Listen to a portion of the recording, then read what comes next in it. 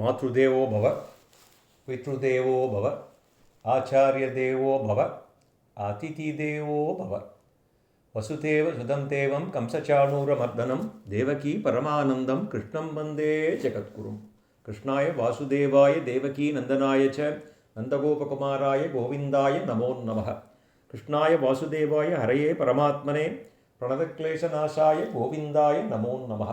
प्रह्लाद नारद पराशर पुंडरीक व्यासाम्बरीश शुभशौनक भीष्मदाभ्यां रुक्माङ्गदार्जुन वसिष्ठ विभीषणादि पुण्यानिमां பரம பாகவதாம் ஸ்மராமி.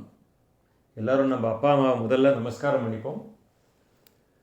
நம்ம ஆச்சாரியனை நமஸ்காரம் பண்ணிட்டு ஸ்ரீமத் பாகவதாக்கியோயம் பிரத்யக்ஷம் கிருஷ்ணயவகின்னு ஸ்ரீமத் பாகவதம் தான் பிரத்யக்ஷமாக கலியுகத்திலே கிரந்த ரூபமாக பகவான் அவதரித்தது என்ற உணர்வோடு இன்றைய சத்சங்கத்துக்குள்ளே நாம் பிரவேசிக்கின்றோம். நம்ம இந்த லீலாசுகருடைய கிருஷ்ணகர்ணாமிர்தம் என்கின்ற கிரந்தத்தை நாம் வாசித்து கொண்டு வருகிறோம். அதிலே லீலாசுகர் அருளிய பாகவத முத்துக்கள்னு அதை சம்மரைஸ் பண்ணி நமக்கு given to us by an author by name Harini. So இது வரைக்கும் லீலாசுகர் எப்படி கிருஷ்ணனுடைய கோகுல பிருந்தாவன லீலைகளை எவ்வாறு அவர் ரசித்தார் அந்த வர்ணனையை நாம் அனுபவித்தோம். இப்போது அடுத்த கட்டத்திற்கு நாம் செல்கின்றோம். இது இந்த கிருஷ்ணகர்ணாமிர்தத்தோட கடைசி பகுதி 87 ஸ்லோகம் வரைக்கும் பார்த்தோம். மீதி 87 to 110 88 to 110 இன்னைக்கு நம்ம பார்க்க போகிறோம். அதுக்கு முன்னாடி ஒரு சின்ன introduction by the author. Sri Krishna தத்துவம். ஸ்ரீமத் பாகவதத்திலே ஸ்ரீ கிருஷ்ண பகவான் உத்தவரிடம் கூறுகின்றார், என்னுடன் பக்தி உள்ளவன் ஒரு காலத்திலும் நாசத்தை அடைய மாட்டான். இது பகவத்கீதையிலையும் சொல்லுவார், நமே பக்த பிரணஷ்யதி, என் பக்தன் நாசமாகவே மாட்டான். அடித்து சொல்லுவார், என்னுடைய பக்தன் மாத்திரம் இல்லை, என்னுடைய பக்தனுடைய பக்தனும் நாசமாகவே மாட்டான் அடித்து சொல்லுவார் அர்ஜுனன்ட்ட. அதே தான் இங்கே திருப்பி இவர் சொல்கிறார், அவன் விஷய ஆசைகளிலே உழன்று வழி தவறி என் பக்தன் சென்றாலும் என்னிடம் செலுத்திய பக்தியினாலே பாவங்களிலிருந்து விடுபட்டு க்ஷேமத்தை அடைவான் என்று பாகவதத்தில் ஸ்ரீகிருஷ்ணர் உத்தவரிடம் கூறியதை இங்கு நினைவு கூறுகின்றோம். லீலாசுகரும் விஷய ஆசைகளிலே சிக்குண்டு வழி தவறி சென்றவர்தான். அவரும் நம்மள மாதிரி இருந்தவர் தானே. 13ஆம் நூற்றாண்டிலே பிறந்தவர். நம்மள மாதிரி வாழ்ந்து சில காலம் வழி தவறி போய் எப்படி சிந்தாமணி என்கின்ற ஒரு வேசி மூலமாக ஒரு திருப்பு முறை ஏற்பட்டு இப்படி ஒரு அபார கிருஷ்ண பக்தி அவருக்கு வந்ததுங்கிறத நம்ம பார்த்தோம். ஆனால் கிருஷ்ண பக்தி என்ற அருள் ஒளி அவரை சன்மார்க்கத்திலே அழைத்து சென்றது. கண்ணனின் அருட்கடாட்சத்தினாலே அவர் சிறந்த கிருஷ்ண பக்தராகி விடுகின்றார். முதலிலே அவர் கண்ணனின் கண்ணழகை கண்டு ரசிக்கின்றார், மனம் பூரித்து ரசிக்கின்றார். அருளை அள்ளி வழங்குகின்ற அந்த கண்கள் தானே அவனுக்கு கண்டன் என்ற பெயரை சூட்டியது. சர்வலோக ரக்ஷகனாகிய அந்த வைகுண்டநாதனின் திரு அவதாரங்களில் பூர்ணாவதாரமாகிய கிருஷ்ணாவதார கதையை கூறுகின்ற ஸ்ரீ சுகபிரம்மம் அவனது கண்ணழகையே முதலில் வர்ணிக்கின்றார். அற்புதமான அழகு நிரம்பிய தாமரை மலர் போன்ற அந்த கண்களை உடைய பாலகன் என்று பாடுகின்றார். கிருஷ்ணாவதாரத்திலே அவருடைய கண் அழகிலே மயங்கியவர்கள் பலர். லீலாசுகரம் முதலிலே கண்ணனின் கண் அழகிலே மயங்கிதான் பாடுகின்றார். பிறகு அவனுடைய தேஜோமயமான அழகு, சரண கமலங்களிலே சிறப்பு, வேணுகீதத்தின் இனிமை, முரளிகான லோனனின் மோகன வடிவம், அவனது குழந்தை பருவ விளையாட்டுக்கள், இவைகளையெல்லாம் மனமுருக பாடி இருக்கின்றார். இவ்வாறு இரவு பகல் என்று பார்க்காமல் கண்மூடி தியானம் செய்வதும் கண்ணனின் லீலா வைபவங்களை பாடுவதுமாகவே காலம் கடத்தி வந்த லீலாசுகரை பார்த்து மற்றவர்கள் கேட்கலானார்கள், சுவாமி, நித்திய கர்மானுஷ்டானங்களை கூட செய்யாமல் இப்படி பாடிக்கொண்டே இருக்கின்றீர்களே, இது தர்மமா? கர்மானுஷ்டானங்களை செய்யாவிட்டால் பாபம் சம்பவிக்குமே. நித்திய கர்மானுஷ்டானங்கள் ஒன்றும் பண்ணுறதே இல்லையே, எப்போ பாரு கிருஷ்ணனே பாடின்னு இருக்கே அப்படின்னு கேட்குறா. இதோ பொழுது விடிந்து விட்டது, வாருங்கள், சந்தியாவந்தனாதி அனுஷ்டானங்களை முடித்துவிட்டு வரலாம், சீக்கிரம் புறப்படுங்கள் என்று அவர்கள் கூறினார்கள். அதை கேட்ட லீலாசுகர், ஐயா பெரியோர்களே, தயவு செய்து என்னை தொந்தரவு செய்ய வேண்டாம். இந்த நித்திய கர்மானுஷ்டானங்களுக்கெல்லாம் ஒரு நமஸ்காரம். ஓ சந்தியாவந்தனமே, உனக்கு மங்களம் உண்டாகட்டும். ஹே ஸ்நானமே, உனக்கு நமஸ்காரம். ஹே தேவதைகளே, பித்ருக்களே, தர்ப்பணம் செய்வதில் நான் சமர்த்தன் அல்ல. மன்னித்தொருள வேண்டுகிறேன். எங்கேயாவது உட்கார்ந்து எதுகுல சிரோமணியான என் கண்ணனை, கம்ச சத்ருவான அந்த கிருஷ்ணனை நினைத்து நினைத்து என்னுடைய பாபங்களை போக்கிக் கொள்ளப் போகின்றேன். அது ஒன்று மட்டுமே எனக்கு போதும். மற்ற செயல்கள் ஆவது ஒன்றுமில்லை. அதனால் மற்ற செயல்கள்னால எனக்கு ஒன்றும் ஆப்போறதில்லை. இப்போதே அதிக காலம் வீணாகிவிட்டது. அவரை பொறுத்த வரைக்கும் 24/7 அவர் கிருஷ்ணனே தான் நினச்சிட்டு இருக்கார். நம்மள மாதிரி ஆட்களுக்கு நித்திய கர்மானுஷ்டானம் அவசியம் வேணும். அப்போ தான் நம்ம பகவானே நினைக்கிறோம். அவருக்கு அது தேவையில்லை இல்லையா? அவர் 24/7 24 மணி நேரமும் கிருஷ்ணனையே தான் நினச்சின்னு இருக்கார்.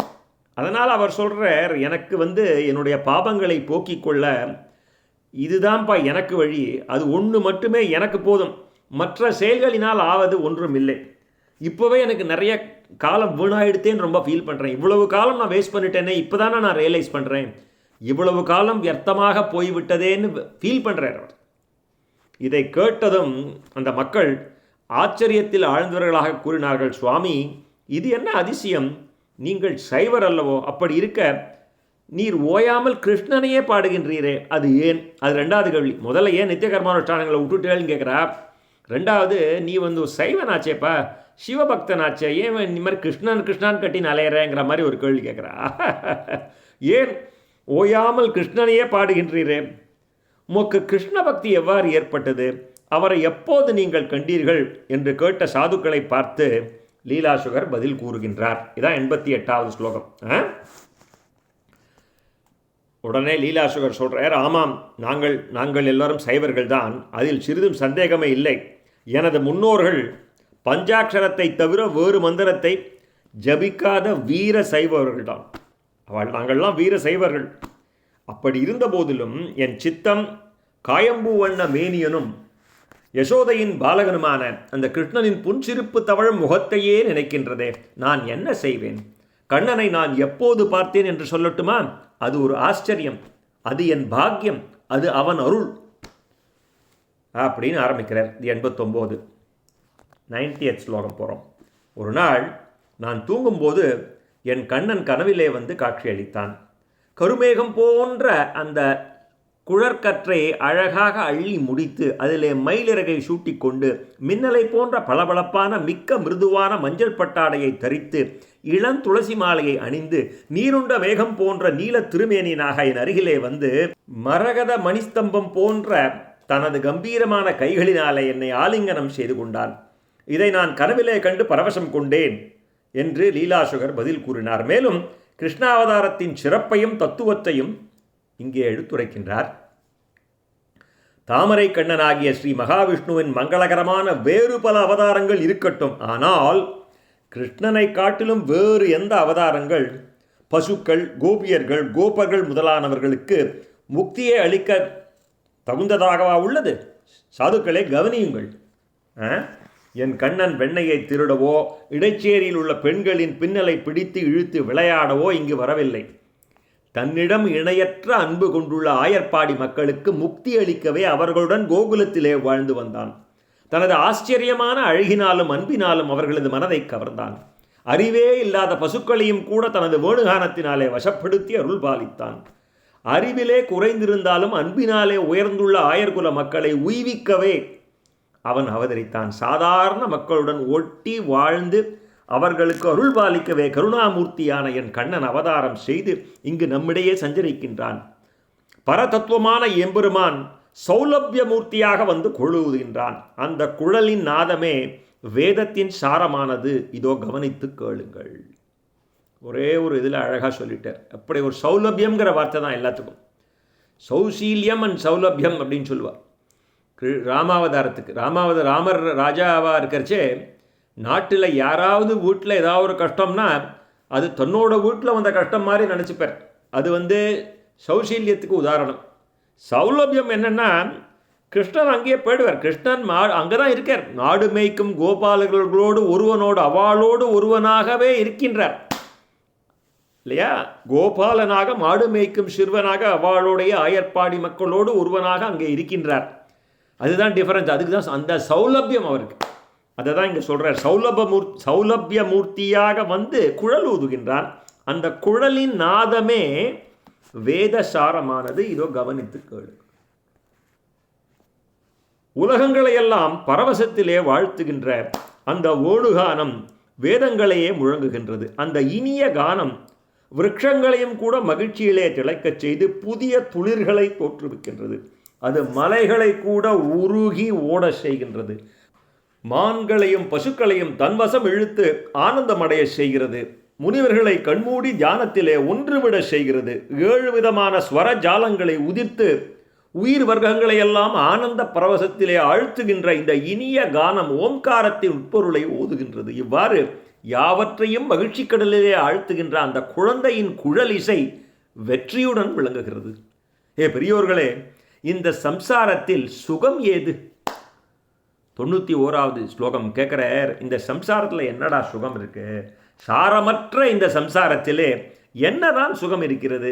நன்றாக யோசியுங்கள். மனைவி, மக்கள், வீடு, செல்வம் இவைகளால் நாம் அடைந்த சுகம்தான் என்ன? கம்சனின் சத்ருவான கிருஷ்ணனின் சரணகமலங்களை பக்தியுடன் பஜனம் செய்வதே நிரந்தரமான சுகம் அளிக்கக்கூடியது.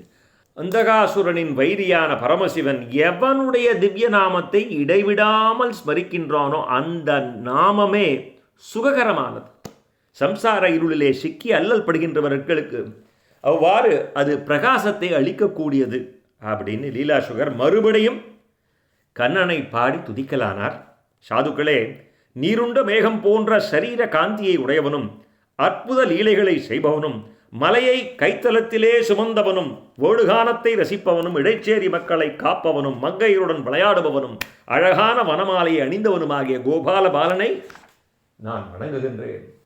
புன்சிரிப்பு தவழுகின்ற அந்த கண்ண பிரதேசத்தை உடையவனாக, இனிய சங்கீதத்திலே விருப்பம் உள்ளவனாக, அழகு பொருந்திய கேச ஜாலத்தை உடையவனாக, சாதுரியமான திருட்டு தொழிலை செய்பவனாக, இந்திரனின் சத்துருக்களுக்கு காலனாக, தங்கமயமான வஸ்திரத்தை தெரிப்பவனாக, குவலய தளம் போன்ற நீல மேனி உடையவனாக உள்ள இந்த கோகுல பாலனை நான் வணங்குகின்றேன்.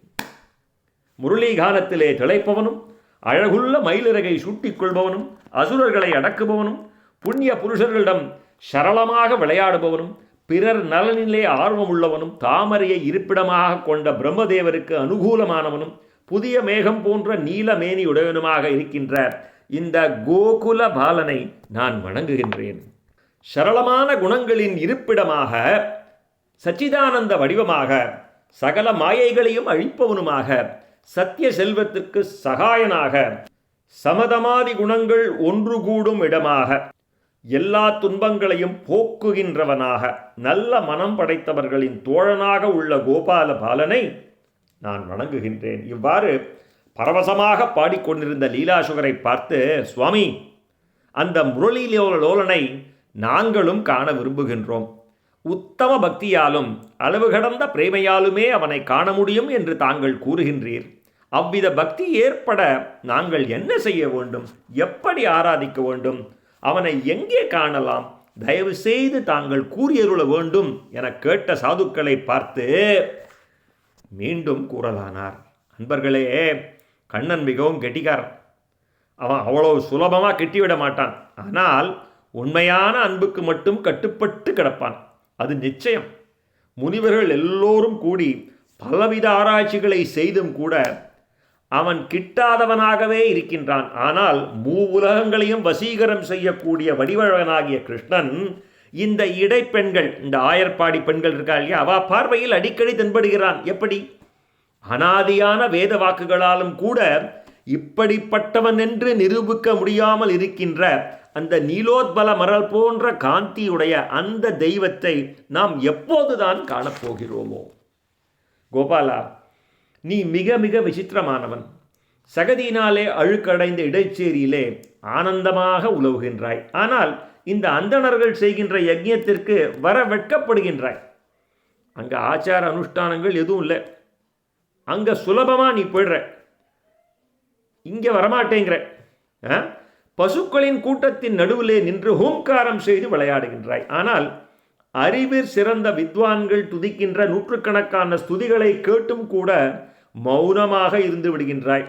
ஆயர்பாடியில் உள்ள சஞ்சல ஸ்வபாவம் உள்ள பெண்களுக்கு பணிவிடை செய்கின்றாய். ஆனால் மனதை அடக்கிய ஜிதேந்திரியர்களின் உபசாரத்தை ஏற்றுக்கொள்வதில்லை. இது என்ன அதிசயம்? இது என்ன அதிசயம் கண்ணா? உனது அழகான சரணகமல யுகலத்திலே திடமான அன்பு மட்டும் இருந்து விட்டால் உன்னை அடையலாம் என்பதை நான் தெரிந்து கொண்டு விட்டேன். இதான் சீக்ரெட். நீ அதை பண்ணுறேன், இதை பண்ணுறேன், நான் விஷ்ணு சகஸ்ரநாமம் சொல்கிறேன், அந்த ஐக்கியம் பண்ணுறேன், சுதர்சன ஐக்கியம் பண்ணுறேன், ஒரே லைன். உனது அழகான சரண கமல யுகலத்திலே திடமான அன்பு மட்டும் இருந்துவிட்டால் உன்னை அடையலாம் என்பதை நான் தெரிந்து கொண்டு விட்டேன். 95 ஸ்டாம்ப் படிக்கிறாருங்க. பரிபூர்ண ஆனந்த வருஷத்தினாலே தன்னை மறந்து தியான யோகத்திலே ஆழ்ந்து விடுகின்ற பாக்கியசாலிகளுக்கு நீ மிக தெளிவாக பிரகாசிக்கின்றாய். வாக்குக்கு எட்டாத மகிமை பொருந்திய நீ கோகுலத்திற்கு ஒரு அணிகலனாக விளங்குகின்றாய். மாதுரிய ரசக்கடலாக இருக்கின்ற நீ ஜோதி ஸ்வரூபமாக இன்னதென்று விவரிக்க முடியாத பிரபாவம் உள்ளவனாக விளங்குகின்றாய். அப்படிப்பட்ட உனக்கு நமஸ்காரம் என்று கூறி அந்த சாதுக்களிடம் மீண்டும் பேசலானார். அன்பர்களே, கண்ணனை எங்கே பார்க்கலாம் என்று கேட்டீர்கள் அல்லவா? கூறுகிறேன், கேளுங்க. சொல்லிட்டு வர, கண்டினியூ பண்ணுறேன். ஏற்கனவே கொஞ்சம் சொல்லிட்டேன், இப்போ சொல்லிட்டு வரேன். புனிதமான பிருந்தாவனத்திலே உள்ள மரத்தடியிலே அவனை பார்க்கலாம். பசுக்களின் கூட்டத்திலே அவனை காணலாம். வேதாந்த சித்தாந்தங்களிலே அவன் காணப்படுவான். புல்லாங்குழலை ஊதிக்கொண்டு மயிலிறகை சூட்டிக்கொண்டு கமல மலர்களிலே கருணை பொங்க, அந்த கமல மலர் கண்களிலே கருணை பொங்க நீலமேக வண்ணனாக தோற்றமளிக்கின்றான். அவன் எவனோ அவனே அந்த பரம்பொருள். நான் அந்த பிரம்மத்தை நினைக்கின்றேன். வேத வாக்கியங்களில் சிகரமாக உள்ள உபனிஷத்துகளிலே அவனை காணலாம். யோக்கியர்களின் இதயத்திலே அவனை காணலாம். ஆயர்குல மங்கையர்களின் மலர் அடிகளிலே சுலபமாக அவன் காண கிடைப்பான். இன்னதென்று விளக்க முடியாத இந்த உலகம் அனைத்திற்கும் அழகுக்கொரு எல்லை நிலவுமாக உள்ள, இன்னதென்று விளக்க முடியாத இந்த உலகம் அனைத்திற்கும் அழகுக்கொரு எல்லை நிலமாக உள்ள அந்த கோபால பாலகனின், அந்த கோகுல பாலனின் திவ்யமூர்த்தி நமக்கெல்லாம் விரும்பத்தக்க பொருளாக ஆகட்டும். அவன் கோபியர்களை பிரியமான கீதத்தினாலும் அவர்களுடைய கண்களை மகிழ்ச்சி அளிக்கக்கூடிய அலங்காரத்தினாலும் விசித்திரமான விளையாட்டாலும் பரவசப்படுத்தி கொண்டு யமுனையின் மலர் திட்டுகளிலே, அந்த மலர் திட்டுகளிலே அவன் சஞ்சரித்து கொண்டிருப்பான். ஆகவே பரஞ்சோதி வடிவான கண்ணனை யமுனைக்கரையிலே காணலாம். நிரதிசயமான பக்தி எதனால் எப்படி ஏற்படும் என்று கேட்டீர்கள் அல்லவா? நிரதிசயமான பக்தி, பக்தி எப்படி பண்ணுறது, எப்படி அப்படின்னு கேட்டீர்கள் அல்லவா? நீங்கள் கேட்டது உச்சிதமானது. பூர்வத்திலே செய்த புண்ணியத்தின் பயனாகவே கிருஷ்ணனிடத்தில் பக்தி உண்டாகிறது என்று கூறப்படுகிறது. கேட்டுக்கலாம் எல்லாரும்.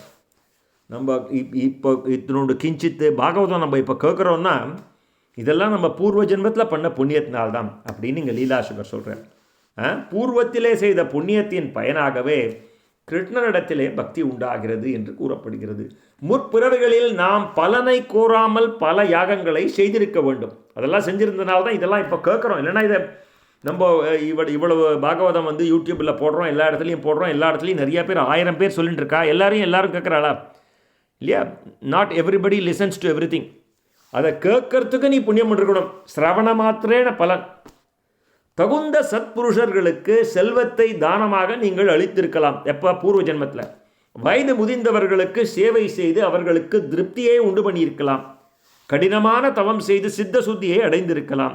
அதன் காரணமாகவே இந்த சாணூர மல்லனின் விரோதியான, சம்சார தாபத்தை போக்குகின்றவனான, பக்தர்களின் கல்மஷங்களை நீக்குகின்றவனுமான அந்த கிருஷ்ண பரமாத்மாவிடம் அனன்யமான பக்தி இப்போது ஏற்பட்டுள்ளதோ, இதற்கெல்லாம் அதான் காரணம். சர்வ மங்களங்களையும் அளிக்கக்கூடிய இந்த கிருஷ்ண பக்தியானது அவ்வளவு சுலபமாக கிடைத்து விடுமா என்ன அப்படிங்கிறார். அப்போது சாதுக்கள்லாம் பார்க்குறா, சுவாமி அவனை அடைய பக்தி மட்டும்தான் இருந்தால் போதுமா? சமதமாதி ஆத்ம குணங்களை அபியாசம் செய்ய வேண்டுமா என்று கேட்கிறார்கள். அதற்கு லீலாசுகர் கண்ணனையே கேட்கின்றார். இந்த மாதிரிலாம் கேள்வி கேட்டார் இவர் என்ன பண்ணுவார்? பக்தி மட்டும் போகிறோன்னு முதல்ல சொல்லிட்டு வர்றாரு. இந்த விஷயங்கள்லாம் பண்ணிருக்காடா, பூர்வ ஜென்ம சுகிருதம் எல்லாம் சொல்லிட்டார். இதுக்கு மேலே கேள்வி கேட்குறா. அந்த கேள்விக்கு அவர் கிருஷ்ணனையே பார்த்து கேட்குறார். ஆ? கண்ணா, நீ என்னிடம் கருணை கூர்ந்து பிரசன்னனாக இருப்பானே, ஆனால் எனக்கு இந்த சமதமாதி ஆத்ம குணங்களினால் ஆக வேண்டியதுதான் என்ன? என்னிடம் உனக்கு கருணையும் அன்பும் இல்லாவிட்டால் எனக்கு இந்த ஆத்ம குணங்கள் இருந்தும் என்ன பிரயோஜனம்? ஆத்ம குணங்களாக இருந்து என்னடா பிரயோஜனம்? என்னிடம் உனக்கு கருணையும் அன்பும் இல்லாவிட்டால் எனக்கு இந்த ஆத்ம குணங்கள் இருந்தும் என்ன பிரயோஜனம்? ஸ்திரீகளுக்கு அலங்காரத்தாலே கணவனை வசப்படுத்த வேணும் என்கின்ற அவசியமே இல்லை அல்ல. ஸ்திரீகளுக்கு அலங்காரத்தால் தான் கணவனை வசப்படுத்த வேண்டும்ங்கிற அவசியம் இல்லையோனோ? அதே மாதிரி கணவனுடைய அன்பு இல்லாவிட்டால் அலங்காரத்தினால் ஒருவித பயனும் இல்லை, இல்லையா? அதுபோலே தான் உன்னுடைய அருட்கடாட்சம். அந்த உன்னுடைய அருட்கடாட்சம் இல்லை என்றால் வேறு எது இருந்துதான் என்ன பயன்?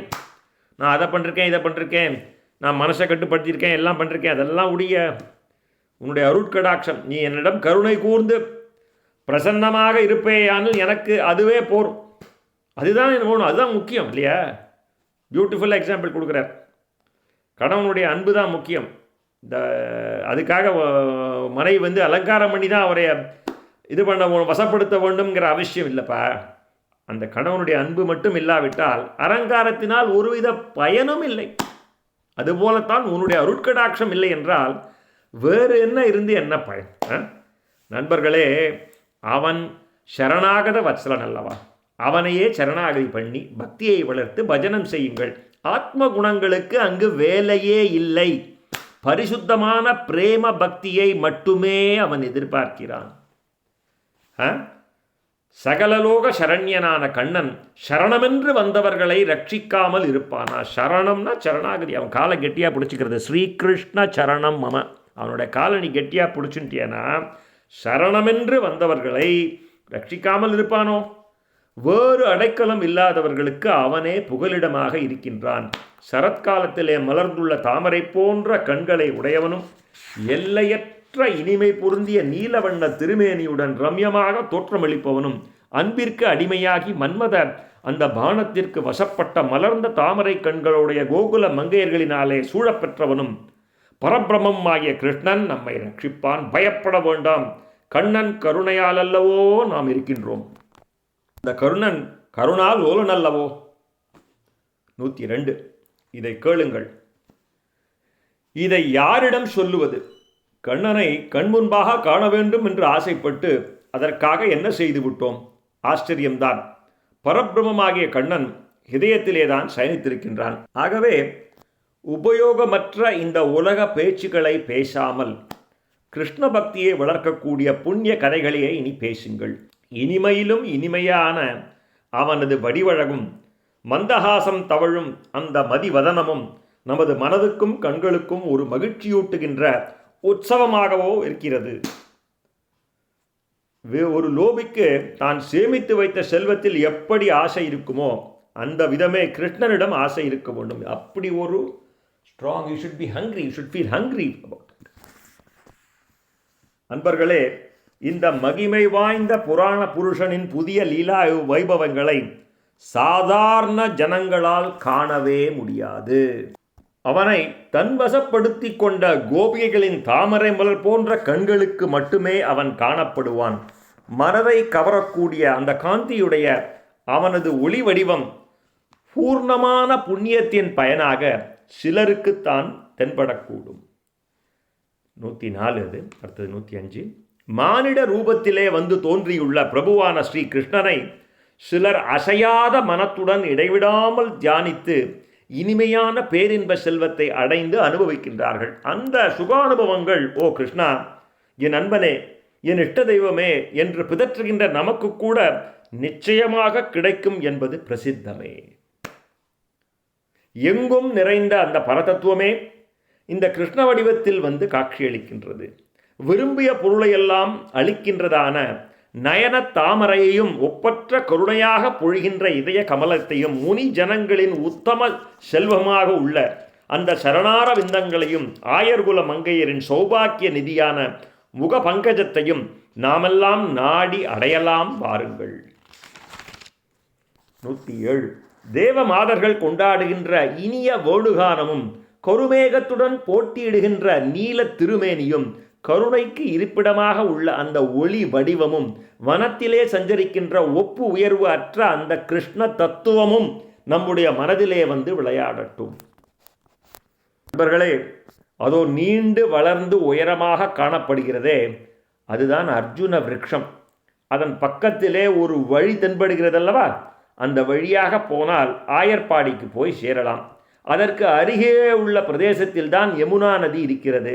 அந்த யமுனை கரையிலே உள்ள பசுமையான வனப்பிரதேசத்திலே ஒரு இடைப்பையன் பசுக்கூட்டத்தை மேய்த்து கொண்டு தோழர்களுடன் விளையாடி கொண்டிருப்பான். அவனை கேட்டால் அழிவற்ற அந்த மோட்ச மார்க்கத்தை உங்களுக்கு காட்டி கொடுப்பான். ஆனால் வழிநடப்பவர்களே, நீங்கள் பீமரதி என்ற நதியின் வழியாக மட்டும் போகாதீர்கள். ஏனென்றால் அங்கே கரிய நிறமுள்ள ஒரு துஷ்டன் இருக்கின்றான். அவன் அறையிலே வஸ்திரம் உடுத்தாமல் இடுப்பிலே கையை வைத்துக் கொண்டு நிற்பான். அவன் அவ்வழியாக வருகின்றவர்களிடம் சித்தம் என்ற செல்வத்தை அபகரித்து கொண்டு விடுவான். ஜாக்கிரதையாக இருங்கள் என்கிறார். எல்லாருடைய சித்தத்தையும் அவன் அபகரிச்சுருவான், ஜாக்கிரதையா போங்கோ. பிறகு லீலாசுகர் அவர்களுக்கு ராசக்கிரீடையின் அழகையும் தத்துவத்தையும் எடுத்து கூறுகின்றார். சாதுக்களே, ஒரு நாள் சாயங்கால வேளை கிருஷ்ணன் தன்னகத்தே கொண்ட பெருமையினாலே கோகுலம் ஆனந்தமாக காணப்பட்டது. யமுனா நதி மனம் நிறைந்த மங்கையைப் போல உல்லாசமாக போய்கொண்டிருந்தாள். அப்போது கண்ணனை தேடி யமுனை கரையிலே சுற்றி அலைந்து கொண்டிருந்த ஒரு ரம்யமான காட்சியை கண்டேன். ஆஹா, எவ்வளவு அழகான தோற்றம்! சாயங்கால நேரத்திலே மலர்கள் மலர்ந்து மனம் வீசுகின்ற வேளையிலே பிருந்தாவன பிரதேசத்திலே பால் நிலவை பொழிகின்ற அந்த மணர் பிரதேசத்திலே ஒரு ரமணீயமான காட்சியை கண்டேன். உலகங்களையும் தன்வசப்படுத்தக்கூடிய மோகன வடிவத்துடன் நிற்கின்றான் அந்த கண்ணன். தேவலோக பூலோக மாதர்களையெல்லாம் மயக்கக்கூடிய அழகான பார்வையுடன் அழகு பிம்பமாக அந்த ஸ்ருங்கார ரசத்திலே சிகரமாக புதிதான ரசவிலாசங்களை தோற்றுவித்து கொண்டு ஒய்யாரமாக நிற்கின்றான் அந்த கண்ணன். ஆயிரக்கணக்கான கோபி கன்னிகைகள் சுற்றிலும் சூழ்ந்து நிற்க ராசலீலையிலே ஆவல் உள்ளவனாக இருக்கின்ற அந்த ரசநிதியை கண்டு ஆனந்தம் கொண்டேன். இதோ அன்பர்களுக்கு வசப்படுகின்ற அந்த கோபாலகிருஷ்ணனை நான் வணங்குகின்றேன். இதோ அவன் ராசக்கிரீடை செய்கின்ற அற்புதத்தை பாருங்கள். 2 கோபிகைகளின் நடுவிலே ஒரு கிருஷ்ணனாக, 2 கிருஷ்ணனுக்கு நடுவே ஒரு கோபியாக தோற்றமளிக்கின்ற விசித்திர காட்சியை பாருங்கள். என்ன அற்புதம்! ராசலீலையை வர்ணிக்கிறார் இல்லையா? 2 கோபிகைகளின் நடுவிலே ஒரு கிருஷ்ணனாக, 2 கிருஷ்ணனுக்கு நடுவே ஒரு கோபியாக தோற்றமளிக்கின்ற அந்த விசித்திர காட்சியை பாருங்கள். ராசலீலை நம்ம விஸ்தாரமாக 10 சத்சங்கம் பார்த்துருக்கோம். ராசலீலைன்னு ஒரு பிளேலிஸ்டே இருக்குது தனியாக. There is a playlist call Rasaleelai with 10 episodes of this. So இதை ஒரு லைனில் அவரோட இதில் வர்ணிக்கிறார் சுருக்கமாக.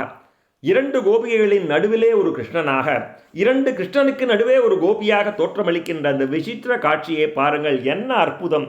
இவ்வாறு மண்டலாகாரமாக உள்ள அந்த ராச மண்டலத்திலே நடுவிலும் ஒரே கிருஷ்ணனாக நின்று தேவகியின் மைந்தன் வேணுகானம் செய்கின்றான். அதுவும் பண்ணுறான். 2 கோபிகைகளின் நடுவில் இருக்கான், 2 கிருஷ்ணன் நடுவில் ஒரு கோபிகை இருக்கா, நடுவில் வேற நிற்கிறான். கம்சனுடைய வம்சமாகின்ற வனத்திற்கு எரிக்கின்ற காட்டுத்தீயே போன்றவனுமான அந்த தேவகியின் மைந்தன் வேணுகானம் செய்வதை கேட்ட உடனே மயில்களெல்லாம் கோ கோ என்று மகிழ்ச்சியாக கூச்சலிடுகின்றன. தாமரை மலர்களிலே மறைந்திருந்த ஹம்சங்கள் அந்த வேணுகானத்தை கேட்டு மகிழ்ச்சியுடன் வெளியே வந்தன. ஒரு இடத்தில் வாசித்த அந்த வீணாகானத்தை கேட்டதும் கண்ணன் ஆனந்தமாக ஆடலானான். மற்றொரு வீணையின் நாதத்திற்கு ஏற்ப ஒலிக்கின்ற சலங்கை ஒலி அவனை நர்த்தனமாட செய்தது. இன்னொரு வீணையிலிருந்து எழும்பிய கானத்துடன் சேர்ந்து கண்ணனும் இனிய குரலிலே பாடலானான். இவ்வாறு தேவகி நந்தனன் வேணுகானம் பொழிகின்றான். சந்திரனை போன்ற அழகான முகத்தை உடைய பல கோபியர்கள் கண்களாலே முத்தமிடுவது போல கண்ணனை அன்பு பொங்க பார்க்கின்றார்கள். பசுக்களும் ஆயர்பாடி மக்களும் கோபியர்களும் எல்லோருக்கும் நாயகனாக விளங்குகின்ற அந்த மங்கையரிடம் அன்பு கொண்ட தேவகியின் மைந்தன் இனிமையாக வேணுகானம் செய்கின்றான். தலையிலே அணிந்துள்ள புஷ்பங்களை நாடி வருகின்ற வண்டுகளைக் கண்டு பயந்துவிட்ட ஒரு கோபி பரபரப்புடன் ஓடி வந்து கண்ணனை கட்டி தழுவிக்கொள்கின்றாள். மற்றொரு கோபி தனது மேலாடை தவறியது கூட தெரியாமல் அதை நழுவ அவனுடைய பிறந்த மார்பிலே சரணமடைகின்றாள். இவ்வாறு சிங்கார கோலத்திலே காட்சியளிக்கின்ற தேவகி நந்தனன் இனிமையாக வேணுகானம் செய்கின்றான். தங்க நிற மேனியலான மகாலட்சுமியின் நாயகனும் நறுமணம் கமழுகின்ற வைஜெயந்தி மாலையை அணிந்தவனும் விஷாலமான மார்பை உடையவனும் நந்தகோபனுடைய பிருந்தாவனத்தில் உள்ள மங்கையர்களின் நடு நாயகமாக நின்று ராசலீலை செய்கின்றவனுமான அந்த தேவகியின் மைந்தன் இனிமையாக ஓடுகானம் செய்கின்றான். கோகுலத்து சிறுமிகள் அந்த பாட்டுக்கு தக்கபடி தாளம் போட அந்த தாள லயத்திலே ஆழ்ந்த கிருஷ்ணன் தனது புருவக்கொடியின் அசைவினாலே மிகவும் ரமணீயமான முகவிலாசத்துடனே விளங்கினான். கோபியர்களின் பிரேம கீதத்திலே மயங்கி தன்னையே அவர்களுக்கு கொடுத்துவிட்ட தேவகி நந்தனன் வேணுகானம் செய்கின்றான். இந்த வாட்டி எல்லாம் முடிக்கிறச்சே எப்படி முடிக்கிறார்? வேணுகானம் செய்கின்றான், வேணுகானம் செய்கின்றான். அவன் என்னை காப்பாற்றட்டும் காப்பாற்றட்டும் சொல்லிட்டு வந்தார் இல்லையா? இப்போ கடைசி 6 ஸ்லோகமாக எப்பேற்பட்ட கண்ணன் இவ்வாறு தேவகி நந்தனன் வேணுகானம் செய்கின்றான் அப்படின்னு சொல்லி முடிக்கிறார். இனிமையான வேணுகானம் செய்கின்றான், வேணுகானம் செய்கின்றான். ருக்மிணியை போன்ற குண அழகும் ராதையை போன்ற வடிவழகும் கொண்ட சத்யபாமாவுக்காக தேவலோக பாரிஜாத விருட்சத்தை கொண்டு வந்த தேவகியின் மைந்தன் யமுனை கரையிலே குளிர்ந்த நிழலை பரப்புகின்ற ஆலமரத்தின் கீழே நின்று வேணுகானம் செய்கின்றான். இதோ பாருங்கள், இதோ பாருங்கள்னு அவனோட வேணுகானத்தை சொல்லிட்டே வர. அகன்ற நெற்றியிலே கஸ்தூரி பொட்டு மின்ன, திருமார்பிலே கௌஸ்துவமணி குலுங்க, மூக்கு நுனியிலே புதிய நல்முத்து பிரகாசிக்க, முன்கையிலே கங்கணங்கள் குலுங்க, திருமேனியிலே சந்தனப்பூச்சி மணக்க, கழுத்திலே முத்துமாலை அழகுடன் விளங்க, ஆயர்குல சிரோமணியான அந்த கிருஷ்ணன் கோபஸ்திரீகளினாலே சூழப்பெற்றவனாக ஜெயத்துடன் பிரகாசிப்பதை பாருங்கள்.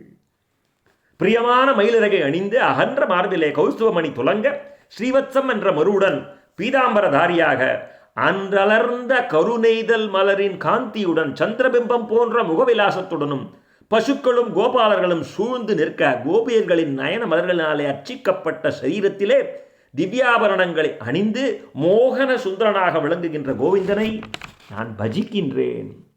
பசுக்களும் கோபியர்களும் புடை சூழ்ந்து நிற்க, கல்பக விருட்சத்தின் அடியிலே நிற்பவனும் கோவைப்பழம் போன்ற சிவப்பான அதரத்திலே புல்லாங்குடலை வைத்து மதுரமான கீதத்தை பொழிகின்றவனும் மன்மதனை போன்ற அழகுள்ளவனும் கோகுலத்திலே பூர்ணச்சந்திரனாக விளங்குகின்றவனுமான அந்த கோபகுமாரனை பஜிக்கின்றேன். எப்படி வேணுகான வாசின்னு வந்தான்னு சொல்லிட்டே வந்தார் இல்லையா?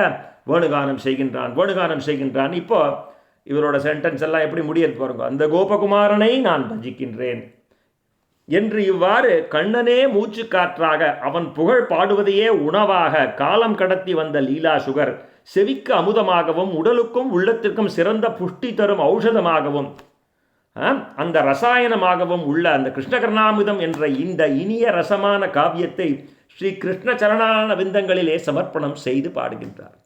எல்லாமே கிருஷ்ணனுக்கு தானே சரணம். ஸ்ரீ கிருஷ்ண சரணார விந்தங்களிலே இதை சமர்ப்பணம் செய்து அவர் பாடுகின்றார். ஹே கிருஷ்ணா, நீ பாண்டவர்களுக்காக தூது சென்ற பொழுது விதுரர் அளித்த அன்னத்திலே எவ்வளவு பிரீத்தி இருந்ததோ, விதுரர் வீட்டில் சாப்பிட்டே அதில் எவ்வளவு பிரீத்தி இருந்ததோ, குந்தி தேவியாலே ஊட்டப்பட்ட ஆகாரத்திலே எந்தவித ருஷி இருந்ததோ, கோவர்தன மலை சிகரத்திலே செய்த பூஜையில் அளிக்கப்பட்ட நெய்வேத்திய வஸ்துக்களில் எவ்வித திருப்தி ஏற்பட்டதோ, உனது உற்ற நண்பன் குச்சேலன் கொண்டு வந்த அவலிலே எவ்வித ஆவல் உண்டாகியதோ, அன்னை யசோதையால் ஊட்டப்பட்ட பாலிலே எவ்வளவு ஆசை இருந்ததோ, ராமாவதார காலத்திலே பரத்வாஜ முனிவரால் செய்யப்பட்ட அதிதி உபசாரத்திலே எந்தவித மகிழ்ச்சி ஏற்பட்டதோ, பக்த சிரோமணியான சபரியினாலே கொடுக்கப்பட்ட பழங்களில் எவ்வளவு அன்பு இருந்ததோ, ரிஷிபத்னிகள் பக்தியுடன் அளித்த போஜனத்திலே எவ்வித பிரியம் ஏற்பட்டதோ, ஆயர்குல்ல மங்கையரின் அதராமிர்தத்திலே எவ்வித பிரேம ருஷி இருந்ததோ, அதுபோலே இந்த கர்ணாமிதம் என்ற கவியமுதத்தையும் மகிழ்ச்சியுடன் பருகி என்னையும் உனது திவ்ய சரணாரவிந்தங்களிலே அங்கீகரித்து அனுகிரகம் செய்ய வேண்டும் என்று பிரார்த்திக்கிறார் லீலா சுகர். இந்த ஸ்லோகத்தை தேருழந்தூர் கோவிலில் ஒரு தரம் போயிருக்கச்சே அந்த மாமா நெய்வேத்தியம் பண்ணுறச்சே, இந்த திருவாராதனம் பண்ணுறச்சே இந்த ஸ்லோகத்தை சொல்லிட்டு இருந்தார். இதை திருப்பியும் படிக்கிறேன் பாருங்க. ரொம்ப ரொம்ப அற்புதமான ஒரு இது. ஹே கிருஷ்ணா, நீ பாண்டவர்களுக்காக தூது சென்ற பொழுது விதுரர் வீட்டில் போய் சாப்பிட்டியோனோ, அந்த விதுரர் அளித்த அன்னத்திலே எவ்வளவு பிரீத்தி இருந்து உனக்கு இருந்ததோ, அதே மாதிரி குந்தி தேவியால் ஊட்டப்பட்ட ஆகாரத்திலே அவத்த ஆசையாக அவனுக்கு தயிர் சாப்பிட்டு செஞ்சு போடுவா, எல்லாரும் சாப்பிடுவா. அந்த குந்தி தேவியால் ஊட்டப்பட்ட ஆகாரத்திலே எந்தவித ருச்சி இருந்ததோ, இந்த கோவர்தன மலையை கொடையாக தூக்கினர் இல்லையா, அப்போ அன்னக்கூட உற்சவம் நடக்கும். எல்லாம் இந்திரனுக்கு படைச்சதை முழுக்க இவரே சாப்பிடுவார். அந்த மலை சாப்பிட்றதா இருந்துட்டு அவரே சாப்பிடுவார். அந்த கோவர்தன மலை சிகரத்திலே செய்த பூஜையிலே அளிக்கப்பட்ட நைவேத்திய வஸ்துக்களில் எந்தவித திருப்தி உனக்கு ஏற்பட்டதோ, அதே மாதிரி உனது உற்ற நண்பன் குச்சேலன் கொண்டு வந்த அதை எப்படி ரொம்ப ஆசையாக நீ சாப்பிட்ட, எந்தவித ஆவல் உனக்கு அந்த அவுலிலே உண்டாகியதோ, அதே மாதிரி அன்னை யசோதையால் ஊட்டப்பட்ட அந்த பாலிலே எவ்வளவு ஆசை உனக்கு இருந்ததோ, ராமாவதார காலத்திலே பரத்வாஜ முனிவரால் செய்யப்பட்ட அந்த அதிதி உபச்சாரத்திலே உனக்கு எந்தவித மகிழ்ச்சி இருந்ததோ, பக்த சிரோன்மணியான சபரியினாலே கொடுக்கப்பட்ட பழங்கள் அதன் மேல் உனக்கு எவ்வளவு அன்பு இருந்ததோ, ரிஷி பத்தினிகள் பாகவதத்தில் வரும் இல்லையா, ரிஷி பத்தினிகள் கொடுப்பாளே, யஜ்ஞ பத்தினிகள் ஒரு சாப்டர் பார்த்தோம். ரிஷி பத்தினிகள் பக்தியுடன் அளித்த அந்த போஜனத்திலே எந்தவித பிரியம் இருந்ததோ, ஆயர்குல மங்கையரின் அதாமிருதத்திலே எந்தவித பிரேம ருசி இருந்ததோ, அதுபோலவே இந்த கர்ணாமிர்தம், இந்த கிருஷ்ண கர்ணாமிர்தம் என்ற கவி அமுதத்தையும் மகிழ்ச்சியுடன் பருகி என்னையும் உனது திவ்ய சரணாரவிந்தங்களிலே அங்கீகரித்து அனுகிரகம் செய்ய வேண்டும் என்று பிரார்த்திக்கிறார் லீலாசுகர். ஹே தேவா, ஹே கிருஷ்ணா, பரமேஸ்வரனால் பஜிக்கப்படுகின்ற உனது திவ்ய சரணங்களை தலைக்கு அணிகலனாக அணிந்தவனும் உனது அழியாத கீர்த்தியாகிய மலர் குவியலில் மிக்க விருப்பம் உள்ளவனும் ஆகிய இந்த லீலாசுகன் என்பவனால் இயற்றப்பட்ட இந்த கர்ணாமிர்தம் என்ற கிரந்தமானது பல நூறு கல்பங்களுக்கு அப்பாலும் உனது செவிகளுக்கு அமுதம் போலே இனிமையாக இருக்கட்டும், அந்த இனிமையை அது கொடுக்கட்டும் என்று கூறி வணங்கி இந்த இனிய பக்தி காவியத்தை லீலாசுகர் நிறைவு செய்கின்றார். புண்ணிய புருஷனான இந்த லீலாசுகரனாலே பக்தி பரவசத்திலே பாடப்பட்ட இனிய ரசமயமான இந்த கர்ணாமிர்த பாடல்களை நாமும் பாடி பரவசம் அடைவோமாக. கண்ணனின் சரணகமலங்களிலே நமது இதய மலரை சமர்ப்பித்து அவன் அருளை பெற்று உய்வோமாக. அந்த தேரெழுந்தூர் திவ்ய தேசத்தில் அந்த மாமா சொன்ன ஸ்லோகம் அப்படின்னு சொன்னேன் இல்லையா, அந்த ஸ்லோகத்தை நான் இப்போ உங்களோட பகிர்ந்துக்கிறேன்.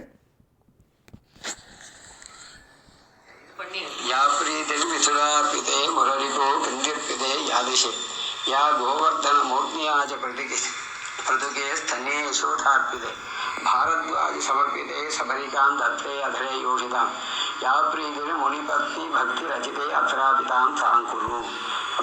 அந்த மாமா பெருமாளுக்கு அந்த தழுகையை அம்சம் பண்ணுறச்சே இந்த ஸ்லோகம் சொல்லி அம்சம் பண்ணார். அப்போ நான் கேட்டேன், இந்த ஸ்லோகம் எங்கே மாமா வருது அப்படின்னு. கிருஷ்ணகர்ணாமிர்தத்தில் வருது அப்படின்னு சொன்னார். இதை நான் அதை உங்களோட பகிர்ந்துக்கிறேன். यदक्षर पदपृष्ठं मात्राहीनं द्वैतवेत् तत्सर्वं क्षम्यतां देव नारायण नमोस्तुते विसर्गबिन्दु मात्राणि पदपादाक्षराणि च न्यूनानि चातिरिक्तानि क्षमस्व पुरुषोत्तम. नामसङ्कीर्तनं यस्य सर्वपापप्रणाशनं प्रणामो दुःखशमनहासं तं नमामि हरिं परं. श्रीहरये नमः, श्रीहरये नमः, श्रीहरये नमः. गोपिका जीवनस्मरणं गोविन्द गोविन्द.